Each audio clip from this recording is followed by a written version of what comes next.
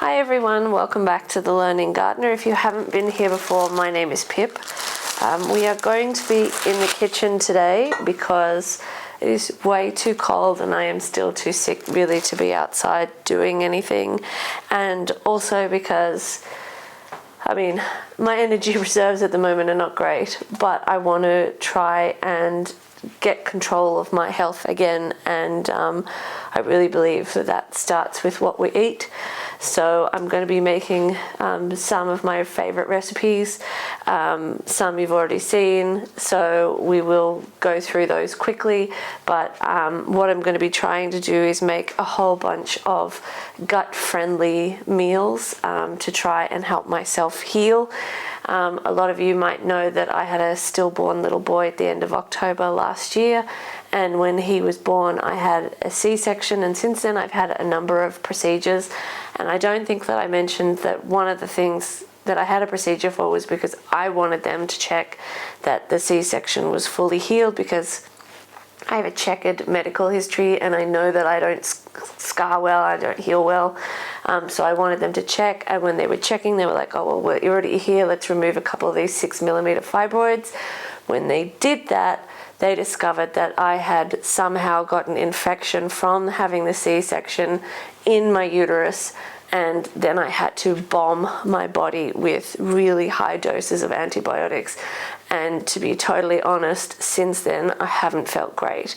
I have spent the last 2 years working quite hard on my leaky gut to try and minimize my autoimmune issues and to get my iron levels up so that my energy levels come up, because my energy levels have been, to be honest, in the toilet since I had thyroid cancer when I was in my 20s.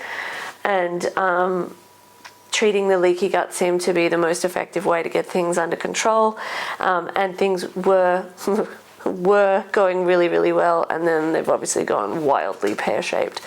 And since that huge dose of antibiotics, I have felt exhausted all the time. My iron levels are back in the toilet, my thyroid levels are not where they're supposed to be. So I am currently, I've just finished doing all the allergy eating tests and I'm just waiting for all the results. But in the interim, I think I really need to start working on my gut. I have now been sick for 3 weeks. So I think I started off with like a chronic bronchitis-y type situation, and then it's progressed to a full-blown chest infection, ear infection with vestibular disturbances, and a sinus infection. And I really, really, really don't want to take any more antibiotics. So I'm going to start off by making bone broth. I'm going to make a whole bunch of recipes with stuff with bone broth in it. And then how much else we make really depends on how I'm feeling. And obviously this is going to be spread out over a few days because I'm not up to a huge cooking marathon. But I'm going to start by getting my bones all sorted, and then we're going to have some fermented garlic today as well, to try and get some good bacteria into my gut again. So these are all beef bones I recently got for free, and they're all, as you can probably hear quite easily, very frozen, and I can't be bothered to wait for them to defrost. So usually what I do is just coat them lightly with some extra virgin olive oil, and then I put them in the oven, and then about halfway through cooking them until they're browned, I'll poke them and separate them. And that's, that's good enough. We'll have to wait a little bit to pop this one in because it doesn't quite fit in until the other one defrosts a little bit. But this batch of bone broth, ordinarily when I make bone broth, I put the bones and water in the slow cooker, and then I will add vegetables if I have them. So things like celery, carrot, onions, garlic, bay leaves, and then usually I add salt and pepper. But I have been making a marinated roast beef recipe by the Australian chef Nagi, and it's so good. But I have noticed, and these are words I never thought I would say, that the gravy is too salty with my bone broth, because I usually put salt and pepper in it. But I don't usually find my bone broth too salty with soups and things like that. So I want to make a batch that has no salt and pepper in it. which is really depressing because I love salt, really love salt. So because it's been really unusually cold for this winter, and probably because I'm sick, I really want to make some soup. So I want to make a minestrone, which I make from Sally's Baking Addiction. She has, I think it's called a hearty minestrone, and it is really, really nice. And I just use gluten-free products with that. And I make from Deliciously Ella. It's a lemongrass, sweet potato, and chickpea curry, which I want to make. And with all of these, I want to try and make at least a double batch, because then I can put some in the freezer and have them essentially for a rainy day, like currently when I don't really feel like cooking.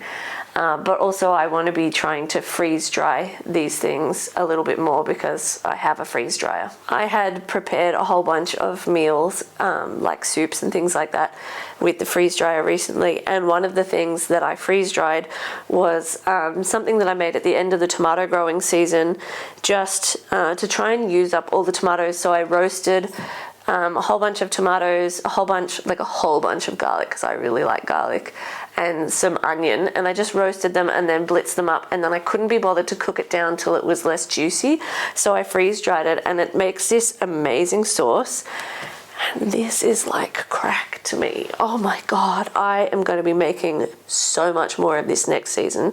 Because it's freeze dried, I can choose how much I reconstitute it. So I can put a little bit of water in it and turn it into like a base for pizza sauce, or I can put a bit more water in it and turn it into a pasta sauce, which is what I've been doing, or I could put even more water in it and turn it into a roast tomato soup. But one of the things I really miss from the world of gluten and not thinking about what you eat as much, and to be honest, when I'm sick like this and when life is hard, it's really easy to make terrible choices with what we eat, and I've been doing a lot of that lately, so I need to tighten up.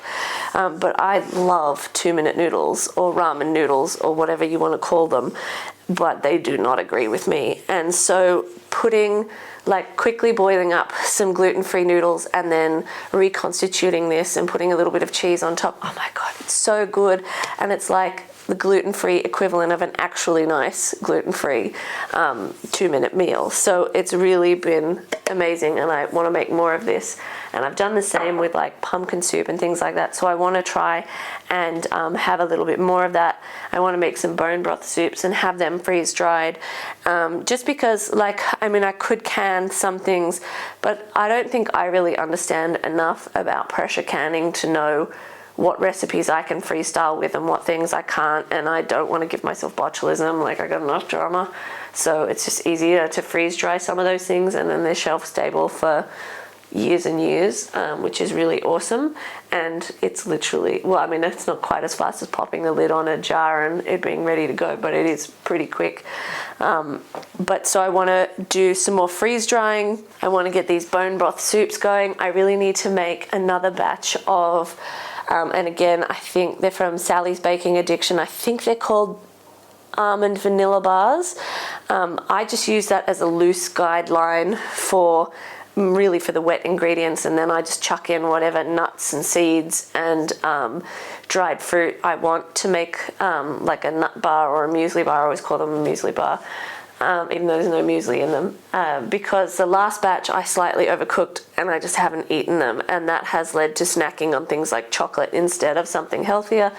They do still have honey in them and things like that, so they're not going to be as good as like a plain nut or a vegetable dish to blunt your glucose response, which is the ideal way to also help heal the gut and bring down the inflammation in the body. But it's better than a kick in the pants, and it's a high fiber snack. So that's really great. So just to keep blathering on for a little bit longer, the goals of what I am doing to try and rectify the situation with my body and my gut while I wait to hear back about what foods I can't eat is I'm going back to last time. What I tested is I couldn't eat eggs, chicken, cabbage, coffee, which is fine because it's disgusting, and so is cabbage, fish, crab, which is also disgusting, gluten, and milk. So I am going to go back to eliminating the things I don't like off that. I am trying to eat eggs again more regularly. And also Freckle Betty popped out her first egg, which is very exciting. It's our first homegrown egg. Oh, Freckle Betty! Oh, you're such a good girl! You just did that? Oh, Possum, you're a very good girl. Oh, good girl. I'm gonna get you some yummy, yummy mealworms. Good girl, darling. I think Partridge and Big Betty might be thinking about doing something too because they were sitting weird yesterday. So I'm hoping that we can have some beautiful homegrown eggs, which would be better. I'm trying to start tapering in the dairy, but like, to be honest, I'm a chocolate-based life form at this point.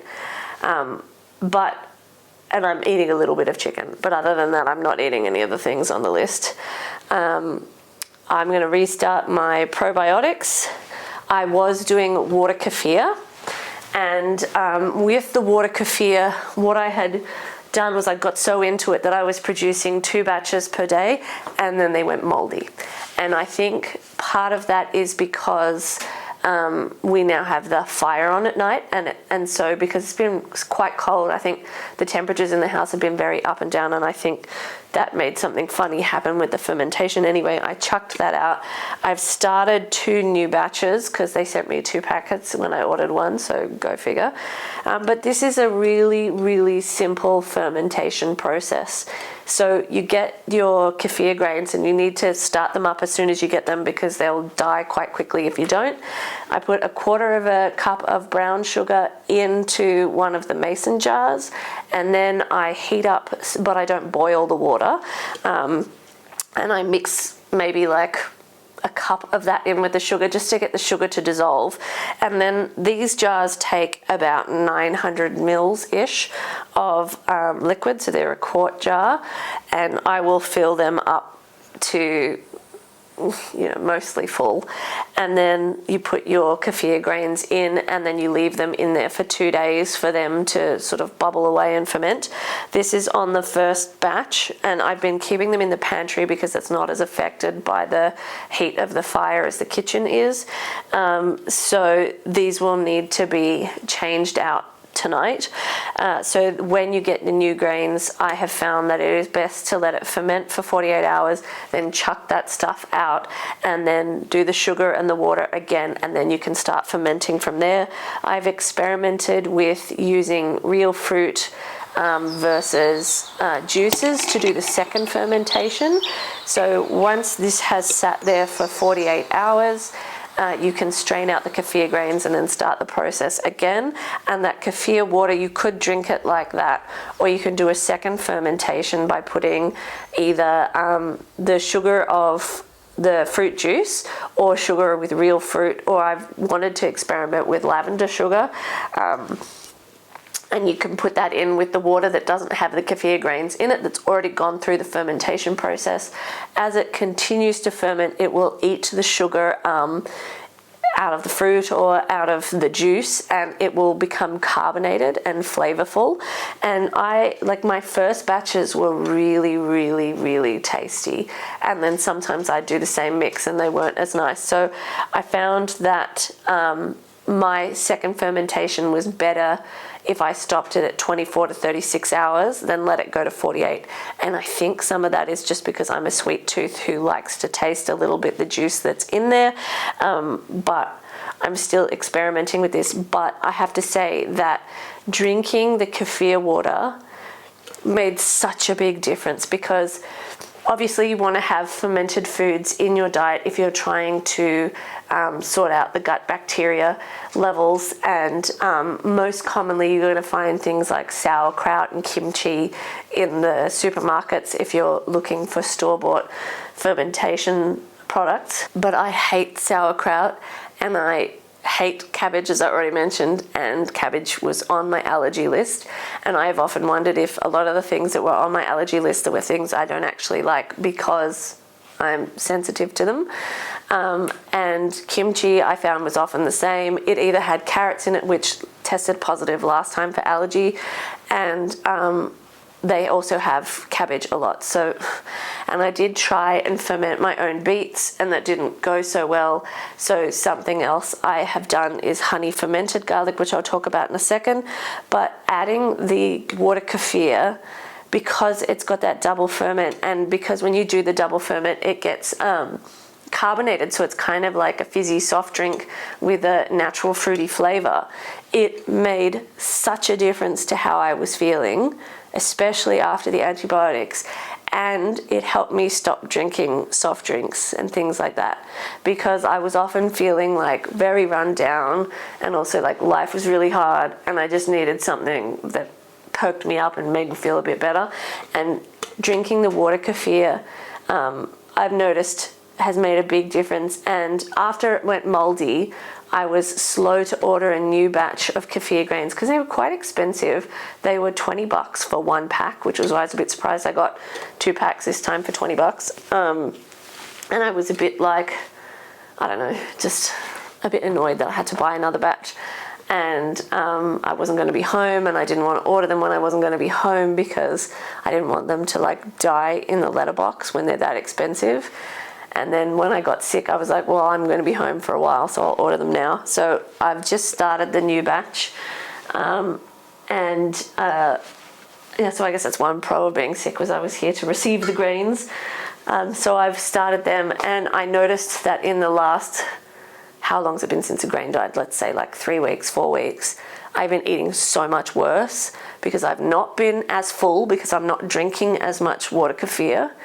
And I feel like I need snacks more, which I didn't feel like I needed with the kefir. And I was more inclined to choose terrible foods because I didn't have the kefir, because that really just made you feel, it sounds mental, like nourished and full, and just like you didn't need anything extra. And I haven't felt that way in the last 4 weeks, which kind of triggered me to bite the bullet and order the kefir. So I really think that that made a massive difference to how I was going. But it'll be interesting to see if I notice the same flavor profile changes with the new batch of kefir. As I said, one of the other things I tried to ferment was beetroot. It didn't work out. But I did successfully ferment honey fermented garlic, and it's been quite nice because this is with homegrown garlic and raw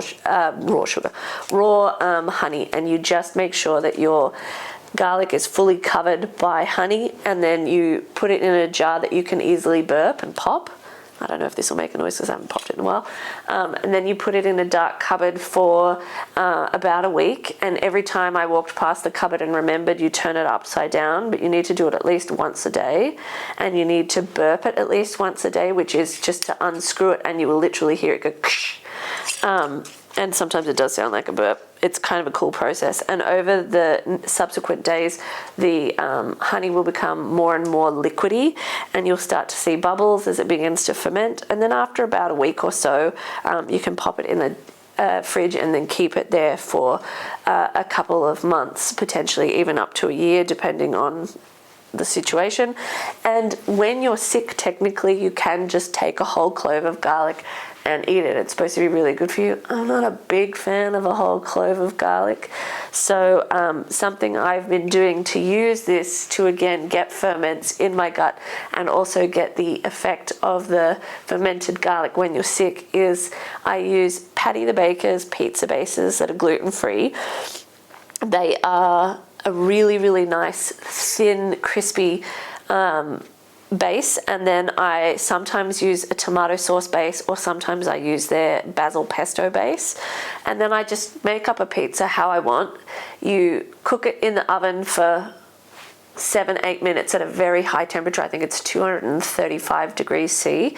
And then at the end, sometimes, depending on what the topping is, sometimes I'll drizzle some of the fermented honey on as well. But what I'll do is I'll pull out about 4 or 5 cloves of garlic, because as I said, I like garlic. I just don't like it as a bulb on its own. And then I chop it up into little bits and I spread it over the pizza. And then that way I will eat quite a large number of cloves of fermented garlic, and it does make a difference to how you feel. The other thing that I have been doing from time to time, and I try not to do a lot of it just because I know that casein, which is a protein in dairy, was something that I tested positive to on the allergy list last time. Was I make milkshakes with milk kefir in it, and in theory the kefir, when it's milk based, is not as difficult for people with lactose issues to tolerate. I mean, I would think if you're lactose intolerant, you'll be intolerant no matter what, but like I think it's just a little bit easier on the gut.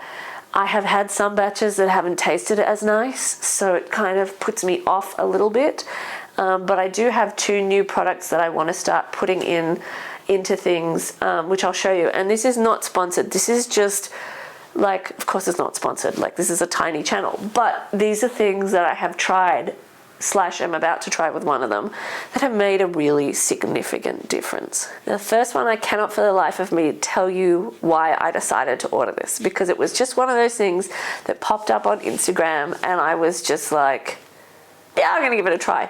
And there's no real reason why I should have felt that way, because normally I look at these things and I'm like, scams, everywhere scams. But for some reason I decided to try this. If you've ever seen, what's it called, Discovery of Witches, there's an Australian actress in it with blonde hair called Teresa Palmer, and she has beautiful hair. Anyway, so she has this company in Australia that has natural products, and both of these are from her company, and the company is called Lovewell. And the one I ordered is called Element, and I might actually make some up now so you can see, but it is a humic and fulvic acid and mineral drink, and it looks exactly like Coca-Cola when you mix it up. So you can see it's quite dark, and you just mix a capful of this into your cup and have water. So this is what it looks like when it's filled with water. And with a lot of these sorts of things, I know they say it has no taste, but this really has no taste. Like, if I had a glass of water and a glass of water beside it and I was doing a blind test taste, I could tell that this was different water, but I couldn't tell you that it wasn't water. It is very, very inoffensive, like really inoffensive. And like, I must have been so mineral deficient, because I suffer from 2 types of alopecia and my hair loss is quite significant. And then after I lost Ollie, the hair loss like really escalated and I was pulling out handfuls. And I wish I'd had this before, because I started drinking this, just 1 glass a day, and within 3 days the hair loss stopped. Like, no joke, stopped. I think even now, even if I only have like 2 glasses a week, I'm only pulling out 2 hairs per day, which is out of control. So, and my hair has always been like really dry. Like, it's really dry at the moment because I haven't washed it and I'm like sick, and I barely brushed it. So just be grateful that I brushed it today.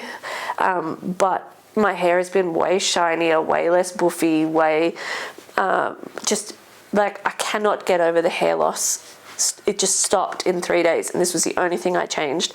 And humic and fulvic acid are binding agents, and they're very gentle binding agents, but so they will also help you remove toxins from your system, which obviously is going to be helpful. So because this was like night and day difference, I've also ordered this is called Blossom, and it's all organic and vegan and plant-based and all of those sorts of things. And I want to try and put this in my milkshakes, but I haven't done it yet.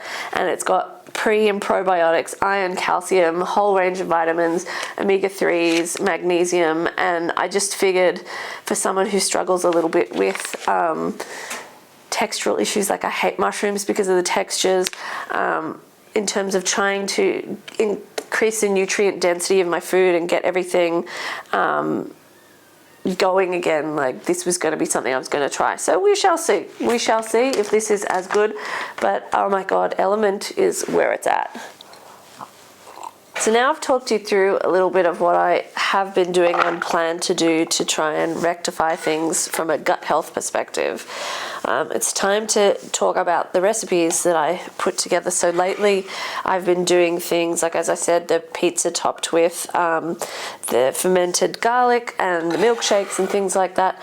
But I've also made, mostly with homegrown vegetables wherever possible, vegetable and chicken curry, which I freeze dried, which was amazing, and I did 2 batches where I used the curry slightly differently in both cases, and one where I did the chicken separately, and both times it freeze dried beautifully.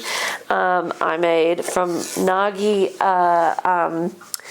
it's like a beef stew soup, which is predominantly bone broth.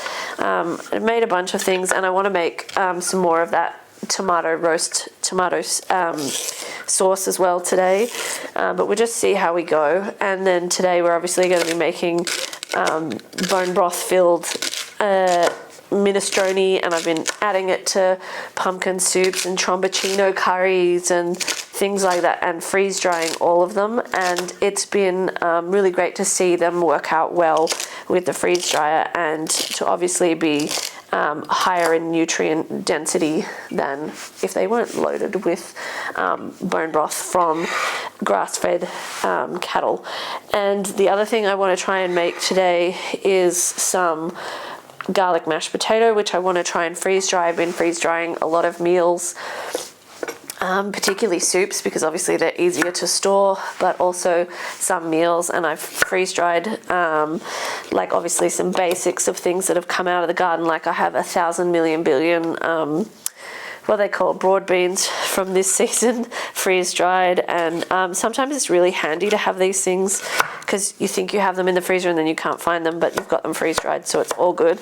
And they maintain like something like 98% of their nutrient value if you freeze dry them, so it's a really great way to preserve your harvest, especially in a one-person household where you can't necessarily eat things like spinach fresh. You can freeze dry a stack of it. I really need to sow some spinach, and you can use it all through the year if you freeze dry enough. And I love freeze drying herbs, but I want to try and add a few sides to my freeze drying backlog. One of the things I've been working on trying to do is accumulate a 3-month supply of freeze dried food, because as I said with this tomato base, when you're feeling rough, it is just so nice to only have to boil water, and then boom, a whole meal is ready. And it's just been so helpful to have that on standby for when you just don't feel like cooking, and you know you're going to make bad choices if you don't have something ready to go. And sometimes, like, you know, you're feeling so rubbish that if it's not ready in 2 minutes, you're out and you're going to go and get some takeaway. And you know, sometimes I have things in the freezer and I could defrost it, but it doesn't happen. But it does happen when all I have to do is use boiling water. So I'm trying to create ways to stop myself from making bad choices. And like I said, I've got a lot of meals done, but not a lot of sides. So I want to try and make some mashed potatoes. And I've been wanting to try freeze-dried mashed potatoes for a while, but I polished off most of my homegrown potatoes pretty quickly this year. And so I've been meaning to get to doing this, and so recently I bought some potatoes from the store to do it. And this has happened twice now, that the potatoes are looking fine when I buy them in the store, and the next day they're green. So it does kind of make me go, what are you spraying my potatoes with? But so I bought these potatoes yesterday or the day before, so I want to get them processed today before they magically turn green. So yeah, so now that I've sort of talked you guys through everything that I plan to do, that I have done, all the things, and talked your ear off for probably 6 hours, I am going to just get on with cooking it, and I'm going to start with the minestrone, and then how much I get done today is going to just depend on how I feel. Yesterday I was going to do this video and I literally just potted around the kitchen and couldn't decide where to start, and then was so tired from doing that I slept for 2 hours. So, you know, clearly still under the weather, and so I need to take it easy to some extent and not push, so that this goes on forever and ever and ever and ever. But we do also have fresh produce in the fridge that's been waiting for me to do this for a few days now. So yeah, probably not going to talk too much more. I don't know, famous last words. Anyway, if I don't chat to you again, I hope you enjoy this video.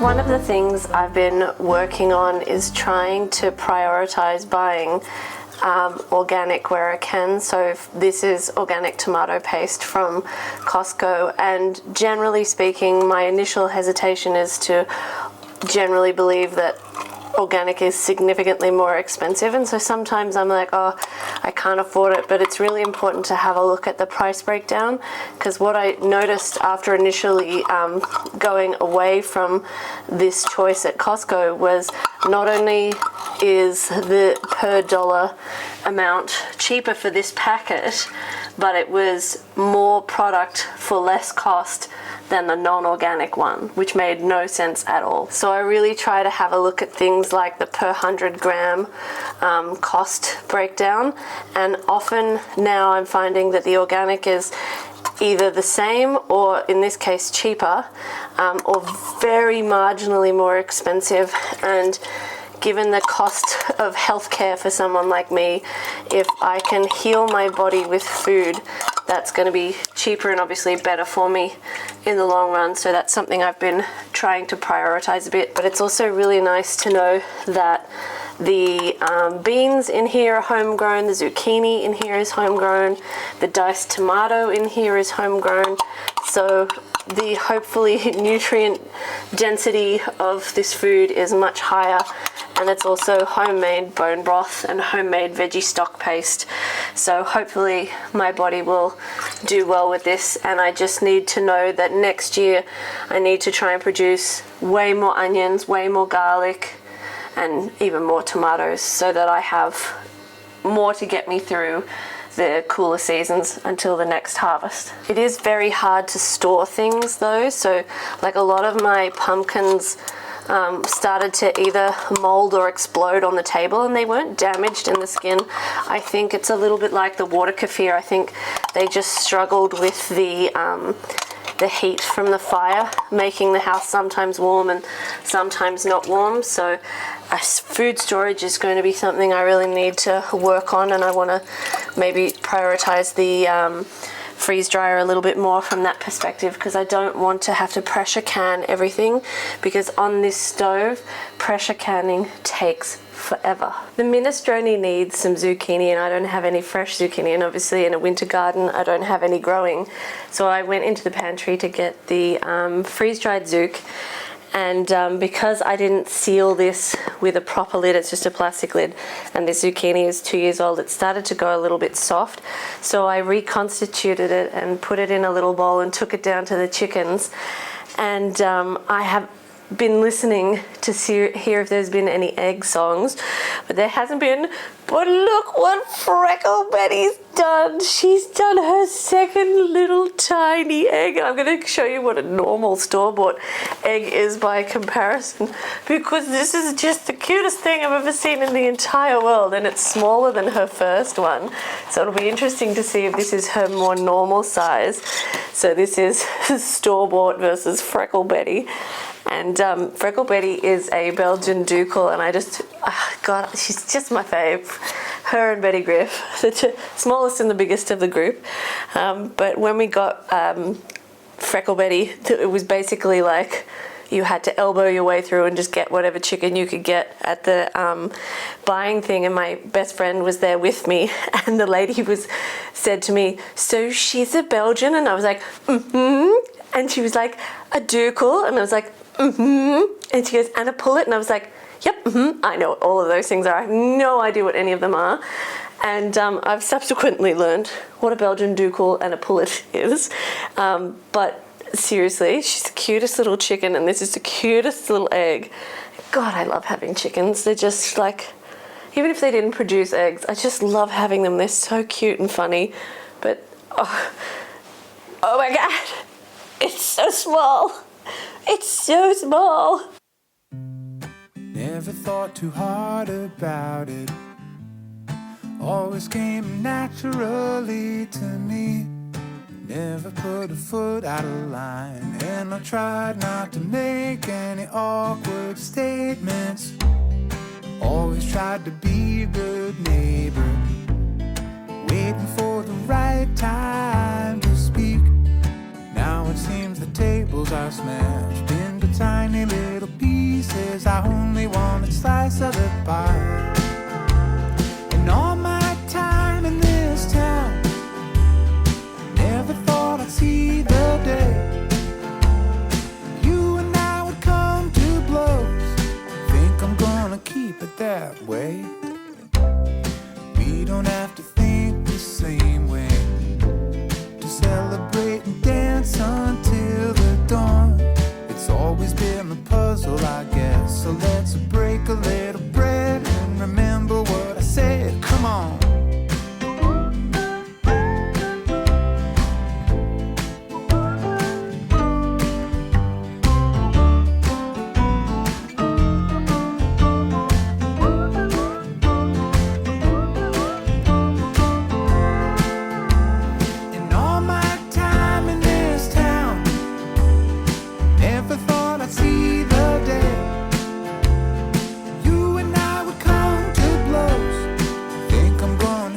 That way. Never thought too hard about it. Always came naturally to me. Never put a foot out of line, and I tried not to make any awkward statements. Always tried to be a good neighbor, waiting for the right time to speak.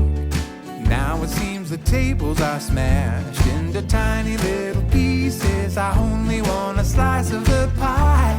I really think we're getting somewhere with just tiny little pieces of twinkling in somebody's sky. I really hope we're getting somewhere with just tiny little pieces. I only want a slice of the pie. I like to think we're getting somewhere. Now let's break a little bread so that we can say we gave it a try. I really hope we're getting somewhere with just tiny little pieces of twinkling in somebody's sky.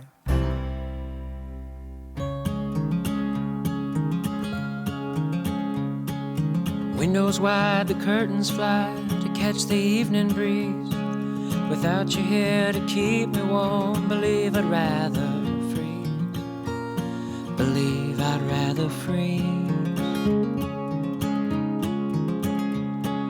And how long can we walk that line between the sea and sand? How long can we bide our time for dreams we never planned? For dreams we never planned. When the sky said the winter time is coming on, and you cry to see a shadow, babe, it's growing long across the lawn. Another song.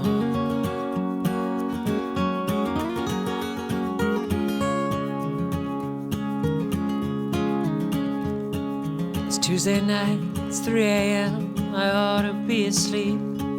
If only I could tell you all about the dreams I keep.